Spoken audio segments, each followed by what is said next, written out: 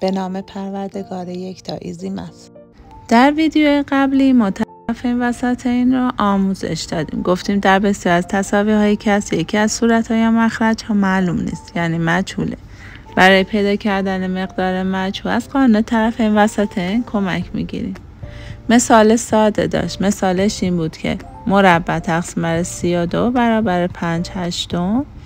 بعد مربع جوابش میشه برابر با 32 ضرب در 5. طرفی که مجهول نداره تقسیم بر اون طرفی که مجهول داره تقسیم بر 8 که برابر 4 ضرب در 5 برابر با 20. 8 با 32 ساده میشه. تو 32 4 میمونه، 8 هم 1 میشه. پس این شد طرفین وسط. حالا در اینجا ما یه سوال داریم. به جای مربع مقدار مناسب قرار دهیم. اینجا مجهولمون در یه عدد 8 ضرب شده، یعنی مربعمون در 8 ضرب شده. بازم فرقی نمیکنه، از همون قانون همونطور استفاده میکنه. اینجا گفته 8 ضرب در مربع تقسیم بر 4 برابر با 16. به جای 8 ما میگیم اگه تقسیم بر 2 انجام بدیم 4 تو صورت میمونه، 2 هم 1 میشه. پس میشه 4 ضرب در مربع تقسیم بر 4 هم که تقسیم بر 2 بشه صورت و مخرجش 1 باقی میمونه. پس میشه 4 ضرب در مربع تقسیم بر 1 برابر با 16 یکم. به 16 مخرج 1 میدیم.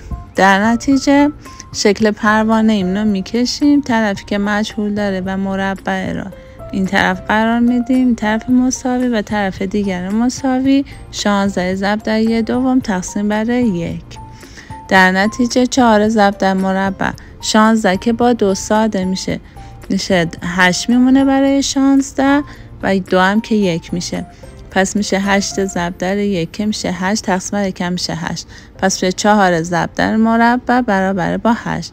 مربع برابر با 8 تقسیم بر 4. اینجا 4 در مربع ضرب شده. وقتی میخواد مربع رو تنها حساب کنه باید این طرف تساوی تقسیم بشه، یعنی 8 تقسیم بر 4 برابر با 2. پس مربع میشه برابر با 2.